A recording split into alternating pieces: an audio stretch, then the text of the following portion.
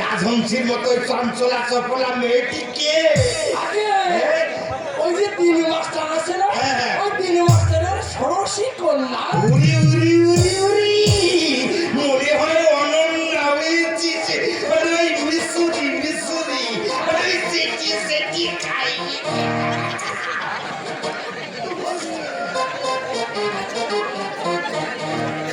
কিন্তু ফটকে ওর নাম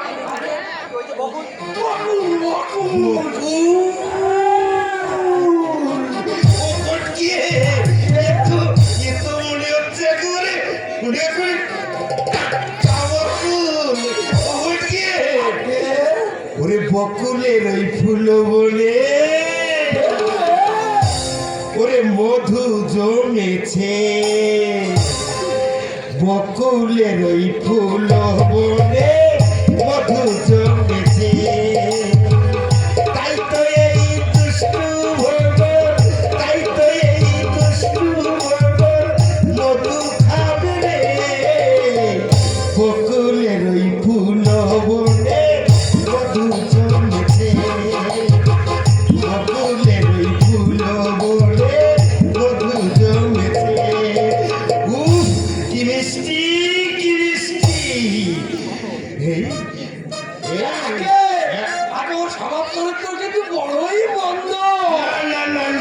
এইখানে এইগুলো তোমার সঙ্গে আমার দ্বন্দ্ব।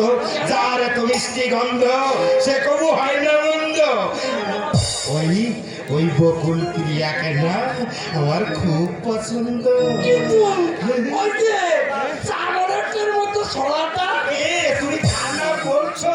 আগে মনে হয় নেপাল আছে না, নেপালের ছোট ভাই গোপাল।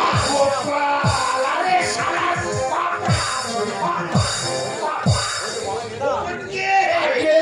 ও তো বড়ই মেধাবী। প্রেমের ওই খাটো জল খাচ্ছে, খাবি? তাহলে উপায় কোনো চিন্তা করবেন না, আমার নাম ঘটক ফটিক চাঁদ ভটফট। ভটকালে আমার নেশা, কিন্তু এই ভালো মানুষের সর্বনাশ করাটাই আমার নারী আর পুরুষের মিলন ঘটানোই আমার কাজ। প্রজাপতি হয়ে যার মাথায় একেবারে চেপে বসুক, তাকে ঠিক ওই ছাদনাটা পৌঁছে দেবো। ওরে দেরি করছো কেন? দেরি করছো কেন? ওরে উঠতে শুরু করো। উঠতে উঠতে সে হঠাৎ করে আমার মাথায় বসো, একেবারে বিয়েটা তাড়াতাড়ি হয়ে যায়। ওরে বাপরে বাপ, এ তো উকিলের বাবা। কে দৃষ্টি শুনে ওই হাত পাচ্ছে দাও দেবো দেবো কে? আমি একটু সামার মানুষ হলে কি হবে, এসব ব্যাপারে না আমি কোনো কিন্তু কথা করি না। গুছিয়ে রেখেছি যে জিনিস আমি দেখেছি, বুঝেছো? হেভি জিনিস। ওকে আমার যেভাবেই হোক ম্যানেজ করতেই হবে। বড় টাটকা আছে, বুঝছো? জানো ফেটকি, আজকাল না টাকা পয়সার এক জায়গায় রাখা যায় না। ওরে যে পরিমাণে ওই মানে ওই টানা ছেলে বেরিয়েছি না, ধরে আর কেজি নেই। এই জন্য যা নেবে এক জায়গাতে নেবে, সব জায়গাতে ধরতে পারবে না। এই জন্য ওই বিভিন্ন জায়গায় রাখতে হয়। দেবো যেখানে যা আছে সব দেবো, কিন্তু ওই বকুলকে কিন্তু আমার ধরো ধরো আসলটা আসল জায়গায়।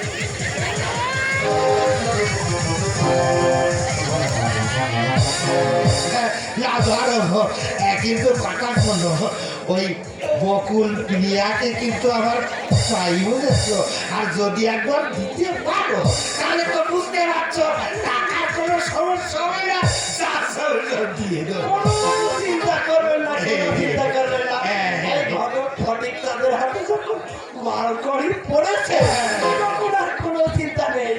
আপনি ওই হেলিকপ্টার ঠিক করুন, ওই বকুল আপনার প্রেমের বাগানে ফুটবে আর বলবে, তোমাকে চাই আমি আজও কাছে, তোমার সাথে আমার কথা আরে বলবে আমার মনকে তোমার তোমার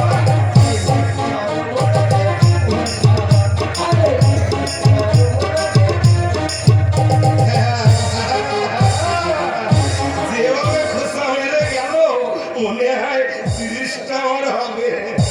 শোনা, সেই কবে বউটা মরেছে সেখান থেকে না আমি একদম একা, রাতে ভালো করে ঘুমোতে পারি না, আরে ঘুম আসে না। বউটা সেই কবে চলে গেছে। আরে গেছে না ভালো হয়েছে, ওই বউটার না শরীর খারাপ, শুধু গুলকে এত নিচের কথা শুনতো না, মরেছে না ভালো হয়েছে। এখন যে জিনিস পেয়েছি একে যদি একবার যদি আমার কাছে আসে না, উনি বাবা ধরো বকুল আমার কাছে আসলো, বকুলকে জড়িয়ে ধরে আমি কি বলবো, আমি বলবো, তুমি বন্ধু কালা পাখি, আমি যেন কি বসন্তকালে তোমার বলতে পারিনি, বসন্তকালে তোমার বলতে পারিনি, তুমি বন্ধু কালা পাখি, আমি যেন কি বসন্তকালে তোমার বলতে পারিনি, বসন্তকালে তোমার বলতে পারিনি।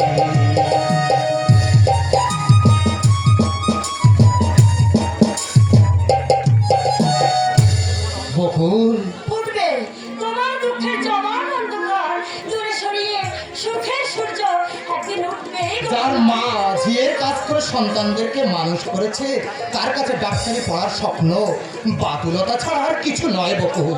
কিন্তু কিন্তু আমার মন বলছে তোমার নিষ্ঠা, তোমার অধ্যবসায় বিফলে যেতে পারে না কথা। ডাক্তারিতে তুমি নিশ্চয়ই পাস করবে। পাশ করলেও ডাক্তারি পড়তে আমি পারবো না বকুল, কারণ ডাক্তারি পড়তে চাই প্রচুর টাকা। তাই আমি ঠিক করেছি আর লেখাপড়া নয়, আমার অভাগিনী মায়ের দুঃখ দূর করতে, আমার দাদাকে কাজে সাহায্য করতে, এবার এবার একটা কিছু আমাকে করতেই হবে। সারা গায়ের মানুষ ছাড়ে তোমার মতো শিক্ষিত ছেলে হাজারে একটা পাওয়া যায় না, তাই ডাক্তারি তোমাকে পড়তেই হবে। বকুল, আমার মতো গরিব ছাত্রের ডাক্তারি পড়ার স্বপ্ন দেখা উচিত নয়। তোমার স্বপ্নকে সার্থক করতে আমার বিয়ের জন্য বঞ্চিত হয় না, আমি তোমার হাতে তুলে দেবো। না বকুল না, প্রয়োজনে সারা জীবন আমি বেকার হয়ে থাকবো, তবু তোমার এই মহামূল্যবান দান আমি কিছুতেই গ্রহণ করতে পারবো না বকুল। তোমার কথা মানে আমি সব বলেছি। শুনে মা বললো নগদ টাকা দিয়ে তো আমরা তোমাকে সাহায্য করতে পারবো না, তাই তোর বিয়ের জন্য গচ্ছিত যে বায়নাগুলো রয়েছে সেগুলো দিয়েই তুই গোপালকে সাহায্য কর, কারণ ভবিষ্যতে গোপালই হবে তোর স্বামী, আর স্বামী যে সোনার চেয়ে দামি গোপাল। বকুল, তাই যদি সত্যি হয় তাহলে তোমার ভালোবাসার দিব্যি দিয়ে আমি তোমাকে বলছি, তোমার এই ভালোবাসার দান আমি জীবনে কোনোদিন ভুলবো না। এই সমাজে যদি মাথা উঁচু করে দাঁড়াতে পারি, অন্ধকারে পাই যদি আলোর দিশা, ভুলবো না, ভুলবো না, ভুলবো না আমার এই বকুল প্রিয়াকে। দেখি তুমি কাঁদছো বকুল, কাঁদো বকুল কাঁদো, আমার মতো নিঃস্ব অসহায় গোপালের জন্য তুমি কাঁদো। তোমার চোখের জলে ওই পাষাণ দেবতার মুখে করুণার সঞ্চার হবে, আর আমি সেই করুণা ধারায় মিশে তোমার কাছে ফিরে আসবো। এই বুঝি তোমার অভিনন্দন? না, এ শুধু আমার মিলনের চিরবন্ধন। তাই হোক, আজ থেকে এই অভাগিনী সেই শুভ দিনের প্রতীক্ষায় দিন গুলে যাবে গোপালদা, দিন গুলে যাবে। বকুল, শোনো বকুল, শোনো বকুল, বকুল শোনো।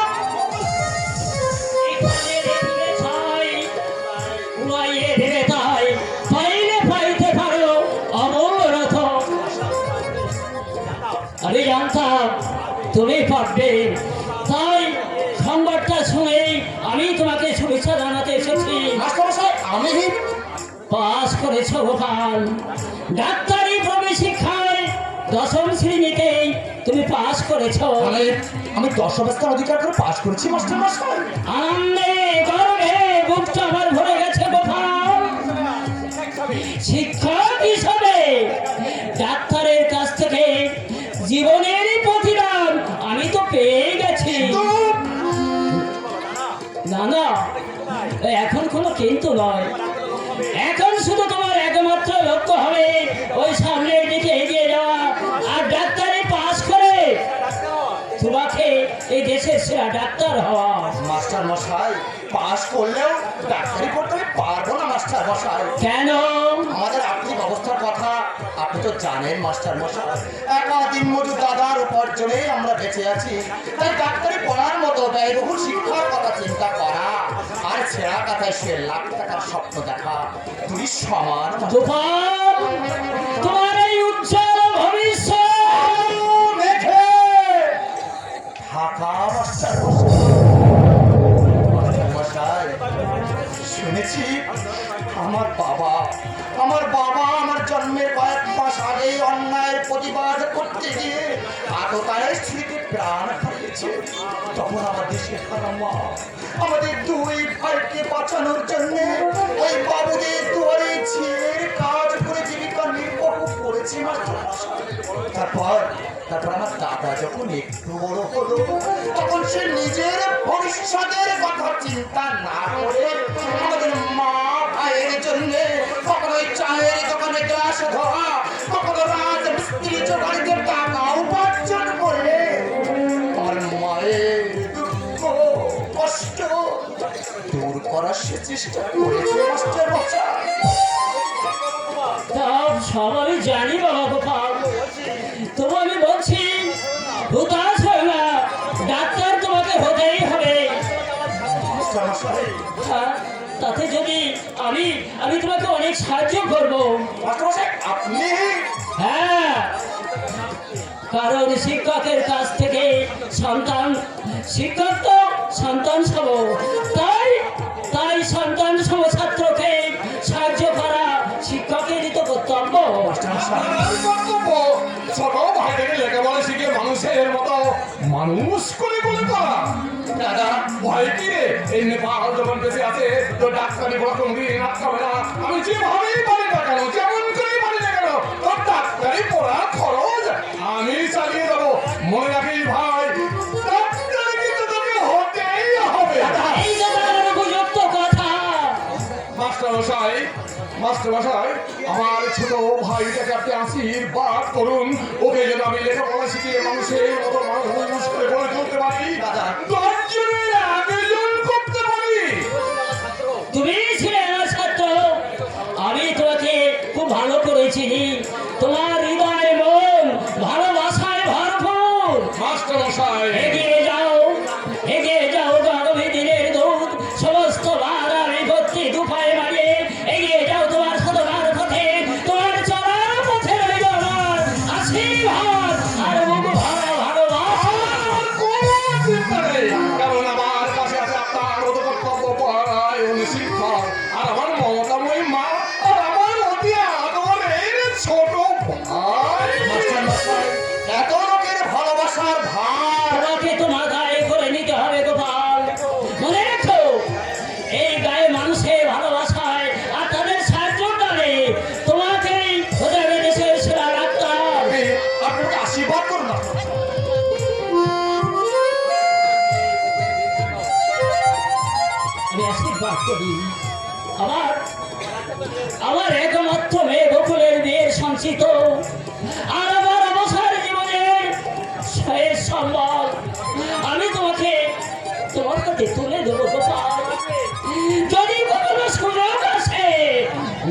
না, ঋণী ভেবে নয়, বকুলের বিয়ে হিসাবে তুমি আবার ফেরত দিও। মাস্টারমশাই, আপনি আপনি মানুষ নন মাস্টারমশাই, আপনি মানুষ নন, আপনি এবার মানুষের ভগবান। আমি ভগবান নয়, আমি ভগবান নই, আমি তো তোমাদের মতো সেলো মায়া কর্তব্য দিয়ে গড়া রক্ত মানুষের মানুষ। আমি শুধু তাই কর্তব্য করেছেন মাস্টারমশাই, একজন অসহায় দরিদ্র স্কুল ছাত্রকে সাহায্যের হাত বাড়িয়ে দিয়ে জীবনের উন্নতি করতে আপনি তাকে সাহায্য করেছেন। জন্মের পরেই আমি আমার বাবাকে হারিয়েছি, কিন্তু কিন্তু আজ মনে হচ্ছে আমার আমার বাবাকে আমি মাস্টারমশাই বলবো না, বলবো না মাস্টারমশাই। আপনার এই করুণা ভরা সাহায্যের কথা আমি আমি কোনোদিন বলবো না মাস্টারমশাই। আমি